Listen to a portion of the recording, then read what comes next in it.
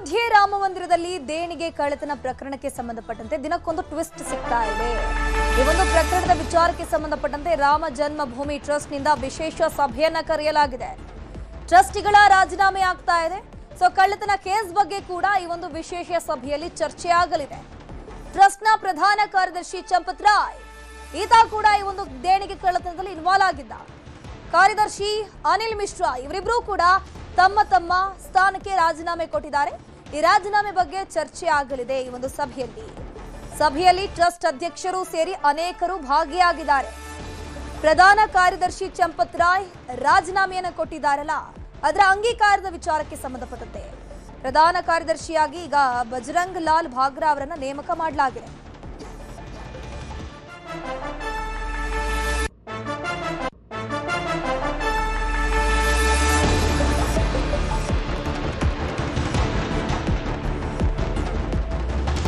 ಕೋರ್ಟ್ನಲ್ಲಿ ಸಲ್ಲಿಕೆಯಾಗಿದ್ದ ಅರ್ಜಿ ವಜಾ ಆಗಿದೆ. ಸಿಬಿಐ ತನಿಖೆ ಮಾಡಬೇಕು ಅಂತ ಹೇಳಿಕೊಂಡು ಸುಪ್ರೀಂ ಕೋರ್ಟ್ನಲ್ಲಿ ಅರ್ಜಿಯನ್ನು ಸಲ್ಲಿಕೆ ಮಾಡಲಾಗಿತ್ತಲ್ಲ, ಅರ್ಜಿ ಕೂಡ ವಜಾ ಆಗಿರುವಂಥದ್ದು.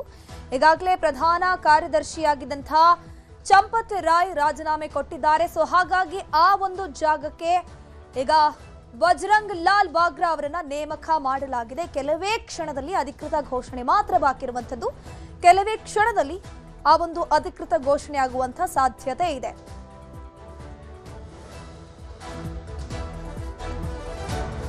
ಇದರ ಬಗ್ಗೆ ಹೆಚ್ಚಿನ ಮಾಹಿತಿ ನೀಡ್ತಾ ಹೋಗ್ತಾರೆ ನನ್ನ ಕಲಿಗ ಅರುಣ್, ನೇರ ಸಂಪರ್ಕದಲ್ಲಿ ಜಾಯಿನ್ ಆಗಿದೆ. ಅರುಣ್, ಈಗಾಗಲೇ ರಾಮ ಜನ್ಮಭೂಮಿ ವಿಚಾರಕ್ಕೆ ಸಂಬಂಧಪಟ್ಟಂತೆ ದಿನಕ್ಕೊಂದು ಟ್ವಿಸ್ಟ್ಗಳು ಸಿಗ್ತಾ ಇದೆ. ಇದರ ಬೆನ್ನಲ್ಲೇ ಈಗ ರಾಜೀನಾಮೆಗಳಾಗ್ತಾ ಇದೆ, ಮತ್ತೊಂದು ಆ ಸ್ಥಾನಕ್ಕೆ ಭರ್ತಿ ಮಾಡುವಂತ ಕೆಲಸ ಕೂಡ ಆಗ್ತಿದೆ. ಏನೆಲ್ಲ ಡೆವಲಪ್ಮೆಂಟ್ ಈ ಪ್ರಕರಣಕ್ಕೆ ಸಂಬಂಧಪಟ್ಟಂತೆ ಆಗ್ತಾ ಇದೆ ಅಲ್ಲಿ? ಧನುಶ್ರೀ, ಅಯೋಧ್ಯೆ ರಾಮ ಅನ್ನುವಂಥ ಹೆಸರು ಕೇಳಿದ ತಕ್ಷಣ ಇಡೀ ದೇಶದ ಜನತೆಯ ಜೊತೆಗೆ ಅದು ಒಂದು ಭಾವನಾತ್ಮಕವಾದಂತಹ ಸಂಬಂಧವನ್ನು ಹೊಂದಿರುವಂತಹ ವಿಚಾರ. ಅಯೋಧ್ಯೆಯಲ್ಲಿ 7.5 ಕೋಟಿ ರೂಪಾಯಿ ಅಕ್ರಮ ನಡೆದಿದೆ, ಕಳ್ಳತನ ನಡೆದಿದೆ. ರಾಮಲಲ್ಲಾನಿಗೆ ಕೊಟ್ಟಿರುವಂತಹ ಕಾಣಿಕೆ ರೂಪದಲ್ಲಿ ಸಮರ್ಪಿತವಾಗಿರುವಂತಹ ಬಂಗಾರ ಅಥವಾ ಬೆಳ್ಳಿ ಅದನ್ನು ಕೂಡ ಕಳ್ಳತನ ಮಾಡಿದ್ದಾರೆ ಅನ್ನುವಂಥ ವಿಚಾರ. ಸಹಜವಾಗಿದು ಕೋಟ್ಯಾಂತರ ಭಕ್ತರ ಒಂದು ಮನಸ್ಸಿಗೆ ಘಾಸಿಯನ್ನ ಮಾಡಿರುವಂತಹ ವಿಚಾರ ಆಗಿತ್ತು. ಈ ಒಂದು ಪ್ರಕರಣಕ್ಕೆ ಸಂಬಂಧಪಟ್ಟಂಗೆ ಆರಂಭದಲ್ಲಿ ರಾಮ ಜನ್ಮಭೂಮಿ ಪೊಲೀಸ್ ಸ್ಟೇಷನ್ ನಲ್ಲಿ ಒಂದು ಕಂಪ್ಲೇಂಟ್ ರಿಜಿಸ್ಟರ್ ಆಗುತ್ತೆ. ಆ ಒಂದು ಕಂಪ್ಲೇಂಟ್ ನಲ್ಲಿ 8 ಜನರ ಹೆಸರನ್ನ ಉಲ್ಲೇಖ ಮಾಡಲಾಗುತ್ತೆ ಎಫ್ಐಆರ್ ನಲ್ಲಿ. ಆ ಎಫ್ಐಆರ್ ನಲ್ಲಿ ಉಲ್ಲೇಖ ಆದಂತ 8 ಜನರ ಬಂಧನ ಆಯಿತು. ಅವರ ಮನೆಗಳಲ್ಲಿ ಮತ್ತು ಅವರ ಬ್ಯಾಂಕ್ ಅಕೌಂಟ್ಗಳಲ್ಲಿ ಶೋಧವನ್ನು ನಡೆಸಿದ್ರು ಎಸ್ಐಟಿ ಅಧಿಕಾರಿಗಳು. ಲಕ್ಷಗಟ್ಟಲೆ ಹಣ ಸಿಕ್ಕಿದೆ ಈ 8 ಜನರ ಅಕೌಂಟ್ಗಳಲ್ಲಿ ಮತ್ತು ಅವರ ಮನೆಗಳಲ್ಲಿ ಶೋಧವನ್ನು ಮಾಡಿದಂತಹ ಸಂದರ್ಭದಲ್ಲಿ. ಮತ್ತು ಅವರ 8 ಜನರ ಬ್ಯಾಕ್ ಗ್ರೌಂಡ್ ಅನ್ನು ನೋಡ್ತಾ ಹೋದ್ರೆ ಆ 8 ಜನರು ಕೂಡ ಈ ಒಂದು ರಾಮ ಜನ್ಮಭೂಮಿ ಟ್ರಸ್ಟ್ ನಲ್ಲಿ ಇರುವಂತಹ ಪ್ರಮುಖರೇ ಏನಾಗಿದ್ರು, ಟ್ರಸ್ಟ್ ನ ಕಾರ್ಯದರ್ಶಿಗಳು, ಆ ಟ್ರಸ್ಟ್ ನ ಸದಸ್ಯರುಗಳು, ಅವರ ಸಂಬಂಧಿಕರು, ಅವರ ಕಾರ್ ಡ್ರೈವರ್ಸ್ಗಳು, ಈ ರೀತಿಯಾದಂತಹ ಸಂಬಂಧವನ್ನ ಹೊಂದಿದ್ದಂತವರು ಆಗಿದ್ದಾರೆ. ಸೊ ಅವರನ್ನ ಅರೆಸ್ಟ್ ಮಾಡಿ ಅಲ್ಲೆಲ್ಲ ಶೋಧವನ್ನು ನಡೆಸಿ ಹಣವನ್ನ ಜಪ್ತಿ ಮಾಡಲಾಗಿದೆ. ಈಗ ಮುಂದುವರೆದಂತೆ ಚಂಪತ್ ರಾಯ್, ಪ್ರಮುಖ ಕಾರ್ಯದರ್ಶಿ ಅಯೋಧ್ಯೆ ರಾಮ ಜನ್ಮಭೂಮಿಯ ಟ್ರಸ್ಟ್ನ ಚಂಪತ್ ರಾಯ್ ಅವರು ಏನು ರಾಜೀನಾಮೆಯನ್ನ ಕೊಟ್ಟಿದ್ರು. ಅವರ ಆಪ್ತರು ಅರೆಸ್ಟ್ ಆದ ತಕ್ಷಣನೇ ಅವರು ನೈತಿಕ ಹೊಣೆಯನ್ನ ಹೊತ್ತುಕೊಂಡು ರಾಜೀನಾಮೆಯನ್ನ ಕೊಟ್ಟಿದ್ರು.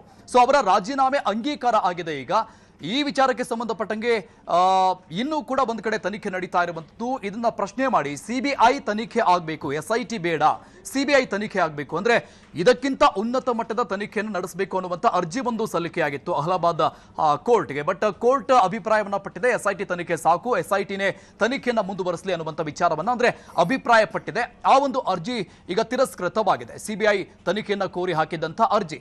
ಮತ್ತೊಂದು ವಿಚಾರವನ್ನ ಗಮನಿಸಬೇಕಾಗುತ್ತೆ ಧನುಶ್ರೀಯಲ್ಲಿ. ಏನು ಅಂತ ಹೋದ್ರೆ ಈಗ ಇಡೀ ದೇಶದ ಜನತೆಗೆ ಆನ್ಸರೇಬಲ್ ಆಗಿರುವಂತದ್ದು ಅಯೋಧ್ಯೆ ರಾಮ ಜನ್ಮಭೂಮಿ ಟ್ರಸ್ಟ್ ಮತ್ತು ಅಲ್ಲಿನ ರಾಜ್ಯ ಸರ್ಕಾರ. ಈ ಕುರಿತಂತೆ ಈಗಾಗಲೇ ಯೋಗಿ ಆದಿತ್ಯನಾಥ್ ಅವರು ಮಾತನಾಡಿದ್ರು. ಯಾವುದೇ ಕಾರಣಕ್ಕೂ ರಾಮ ಜನ್ಮಭೂಮಿ ಅಥವಾ ರಾಮಲಲ್ಲಾನ ಬಗ್ಗೆ ಅನುಮಾನವನ್ನ ವ್ಯಕ್ತಪಡಿಸೋದು ಬೇಡ ಅಂತ ಅವರು ಕಳಕಳಿಯಿಂದ ದೇಶದ ಜನತೆಯನ್ನ ಬೇಡಿಕೊಂಡಿದ್ರು. ಇಂತಹ ಒಂದು ದೈವಸ್ಥಾನದಲ್ಲಿ ಈ ರೀತಿಯಾದಂತಹ ಒಂದು ಅಕ್ರಮ ಆಗಿದೆ ಅಂದ ತಕ್ಷಣ ಸಹಜವಾಗಿ ದೇಶದಾದ್ಯಂತ ಇರುವಂತಹ ಪ್ರತಿಯೊಬ್ಬ ಭಕ್ತರಲ್ಲೂ ಕೂಡ ಅದು ಅನುಮಾನಕ್ಕೆ ಎಡೆ ಮಾಡಿಕೊಡುತ್ತೆ. ನಾವು ಯಾವ ರೀತಿ ನಂಬಬೇಕು ಅಂತ. ಯಾಕಂದ್ರೆ ಅಲ್ಲಿರುವಂತಹ ಟ್ರಸ್ಟ್ ನಲ್ಲಿರುವಂತಹ ಜನನೇ ಈ ರೀತಿಯಾಗಿ ಮಾಡಿಬಿಟ್ರೆ ಅವರ ನಂಬಿಕೆಗೆ ಘಾಸಿಯನ್ನ ಮಾಡುತ್ತದು. ಸಹಜವಾಗಿ ಅನುಮಾನ ಹುಟ್ಟು ಹಾಕುತ್ತೆ. ಸೊ ಹಾಗಾಗಿ ಕೈ ಮುಗಿದು ಬೇಡ್ಕೊಂಡಿದ್ರು ಯೋಗಿ ಆದಿತ್ಯನಾಥ್ ಅವರು. ನಾವು ಕಟ್ಟುನಿಟ್ಟಿನ ಕ್ರಮವನ್ನ ತೆಗೆದುಕೊಳ್ತೀವಿ. ಕೇವಲ 15 ದಿನ ನೀವು ಕಾಯಿರಿ. 500 ವರ್ಷಗಳ ಕಾದಿದ್ದೀರಿ ರಾಮ ಮಂದಿರ ರೆಡಿ ಆಗೋದಕ್ಕೆ, ನಿರ್ಮಾಣ ಆಗೋದಕ್ಕೆ ಕೇವಲ 15 ದಿನ ಕಾಯಿರಿ, ಇದಕ್ಕೆ ತಕ್ಕ ಶಾಸ್ತಿನ ನಾವು ಮಾಡೇ ತೀರ್ತೀವಿ ಅನ್ನೋಂಥ ಒಂದು ಆಶ್ವಾಸನೆಯನ್ನು ಕೊಟ್ಟಿದ್ರು. ಈಗ ಇದಕ್ಕೆ ಮುಂದುವರೆದಂತಹ ರೀತಿಯಲ್ಲಿ ಒಂದು ಟ್ರಸ್ಟ್ನ ಸಭೆ ಆಗ್ತಾ ಇದೆ. ಈ ಸಭೆ 5 ಗಂಟೆಗೆ ನಿಗದಿಯಾಗಿರುವಂಥದ್ದು. ಚಂಪತ್ ರಾಯ್ ಅವರ ರಾಜೀನಾಮೆ ಅಂಗೀಕಾರ ಆಗಿರುವಂಥದ್ದು. ಈ ಒಂದು ಸ್ಥಾನಕ್ಕೆ ಹೊಸದಾಗಿ ಅಂದ್ರೆ ಪ್ರಮುಖ ಕಾರ್ಯದರ್ಶಿಯ ಸ್ಥಾನಕ್ಕೆ ಹೊಸದಾಗಿ ಒಬ್ಬರನ್ನ ನೇಮಕ ಮಾಡಲಾಗ್ತಾ ಇದೆ. ಸೊ ಅವರ ಒಂದು ನೇಮಕದ ಘೋಷಣೆ 5 ಗಂಟೆಗೆ ಆಗ್ತಾ ಇರುವಂಥದ್ದು. ಇದರ ಜೊತೆಗೆ ಈ ಹಿಂದೆನೆ ಯೋಗಿ ಆದಿತ್ಯನಾಥ್ ಅವರು ಮಾತನಾಡಿದಂತಹ ಅಂದ್ರೆ ಅವರು ಕೊಟ್ಟಂತಹ ಆಶ್ವಾಸನೆ ಮೇರೆಗೆ ಯುಪಿ ಸರ್ಕಾರ ಹೊಸದಾಗಿ ಸರ್ಕಾರದಿಂದ ರಾಮ ಜನ್ಮಭೂಮಿ ಟ್ರಸ್ಟ್ ಮೇಲ್ಉಸ್ತುವಾರಿಯನ್ನ ನೋಡಿಕೊಳ್ಳೋದಕ್ಕೆ ಒಬ್ಬ ಅಧಿಕಾರಿಯನ್ನ ಸರ್ಕಾರದಿಂದ ನೇಮಕವನ್ನ ಮಾಡ್ತೀವಿ ಅನ್ನುವಂತಹ ಆಶ್ವಾಸನೆಯನ್ನ ಕೊಟ್ಟಿತ್ತು. ಈ ಬಗ್ಗೆ ಕೂಡ ಇವತ್ತು 5 ಗಂಟೆಗೆ ಘೋಷಣೆ ಆಗುವಂತಹ ಸಾಧ್ಯತೆಗಳಿದೆ.